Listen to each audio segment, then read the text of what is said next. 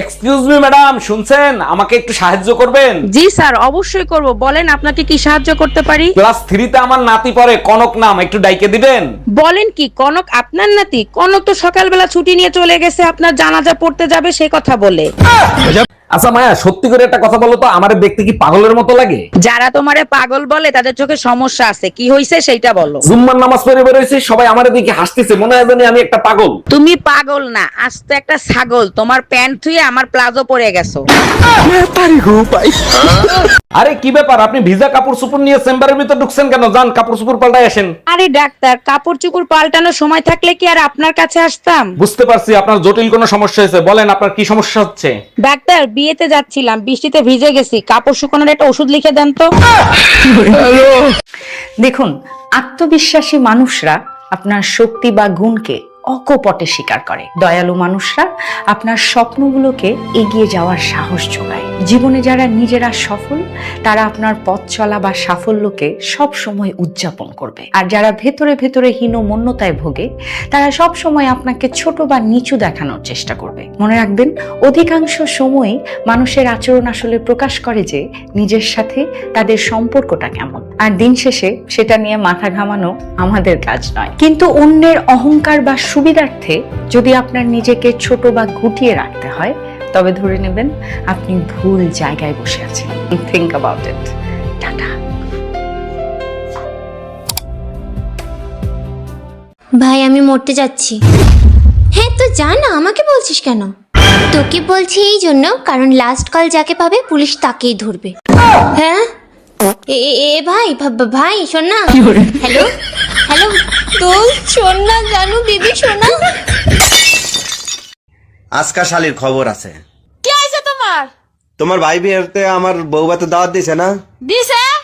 তাইলে দাওয়াত খাইতে গেছি, বাদ দিছে, বউ তো দেয় নাই। একটা খাঁটি মানুষকে কাঁদিয়ে নতুন কারো হাত ধরে খুব হাসছেন, তাই না? ভাবছেন জীবনটা তো বেশ সুন্দর, কিন্তু মনে রাখবেন প্রকৃতির হিসাবটা বড্ড ভয়ঙ্কর।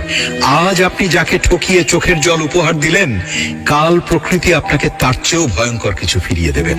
সেদিন পাগলের মতো সেই পুরনো মানুষের নিঃস্বার্থ ভালোবাসা খুঁজবেন, কিন্তু আফসোস, সে ততদিনে আপনার লাগালের বাহিরে চলে যাবে। সংসার করতে এসে বুঝেছি, অন্যায় না করেও আমি অন্যায় করেছি, দোষ না করেও আমি দোষী। উচিত কথা বললে আমি বেয়াদব, আর সত্যি কথা বললে আমি মিথ্যাবাদী। যখন মুখের উপরে সত্যিটা সবার সামনে বলে দেই, তখন অভদ্র।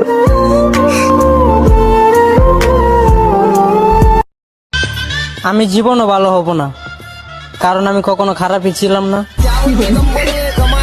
বাসায় কেউ আছেন? এই গরিব ভিখারিকে কিছু দান করেন।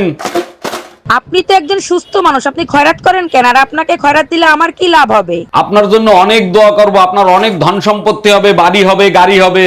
তাইলে এক কাজ করেন, এই দোয়াই আপনি আপনার নিজের জন্য করেন। চালাক মানুষ কখনোই সম্পর্ক ভাঙে না, তারা এমন পরিবেশ তৈরি করে, এমন চালবাজের মধ্যে আপনাকে ফেলবে যেন আপনি নিজেই তার সাথে সম্পর্ক বিচ্ছেদ করে চলে আসছেন, আর পরবর্তীতে যেন আপনাকে বলতে পারে সকল দোষ আপনারই ছিল।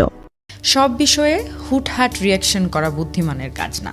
সময় নিন, একটু ঠান্ডা হন। সব রকমের ঘটনায় নিজেকে জড়াতে যাবেন না। আপনার ইমোশন কোন দিকে বেশি বা কোন ঘটনায় আপনি কিভাবে রিয়্যাক্ট করেন, এসব খুব ভালো করে ক্যালকুলেট করে এই ঘটনাগুলো ঘটানো হয় আপনার সাথে। কারো পারপাস সার্ভ করার জন্য ইমোশনাল বোকা হবেন না দয়া করে। যার দেয়া আঘাত আপনার জীবনটা উলটপালট করে দিল, সবাই বলছে তাকেই ক্ষমা করে দিতে, কিন্তু মনের গভীর থেকে সত্যি কি ক্ষমা আসে? আমাদের সব সময় শেখানো হয় ক্ষমা মহৎ গুণ, ক্ষমা করলে মন হালকা হয়, কিন্তু এই ধারণার আড়ালে একটা মস্ত বড় ফাঁদ লুকিয়ে আছে। জোর করে কাউকে ক্ষমা করতে গিয়ে আমরা নিজেদের ভেতরের কষ্ট, রাগ আর অপমানকে জীবন্ত কবর দিয়ে দিই। সমাজ আমাদের শেখায় অপরাধীকে মাফ করতে, কিন্তু নিজের ভেতরে বেড়ে ওঠা ক্ষতগুলোকে কিভাবে সারিয়ে তুলতে হয় তা কেউ বলে না বা তা কেউ শেখায় না। আসলে সত্যিটা হলো, কাউকে ক্ষমা না করেও জীবনে এগিয়ে যাওয়া সম্ভব। ক্ষমার চেয়েও যেটা বেশি জরুরি তা হলো মানুষের করা অন্যায়টাকে মেনে নিয়ে নিজের শান্তি ফিরিয়ে আনা, সেই সাথে সেই মানুষের সাথে একটা নিরাপদ দূরত্ব বজায় রাখা। তার মানে এই নয় যে আপনি তার অপরাধকে ছোট করে দেখছেন, এর মানে শুধু এটাই, তার দেয়া আঘাতের কষ্টটা বয়ে নিয়ে বেড়ানোর দায়িত্ব আপনার নয়। অপরাধীকে জোর করে ক্ষমা, একটু খেয়াল করে শোনেন, স্বামীর ভাগ কোনো স্ত্রী কাউকে দিতে চায় না।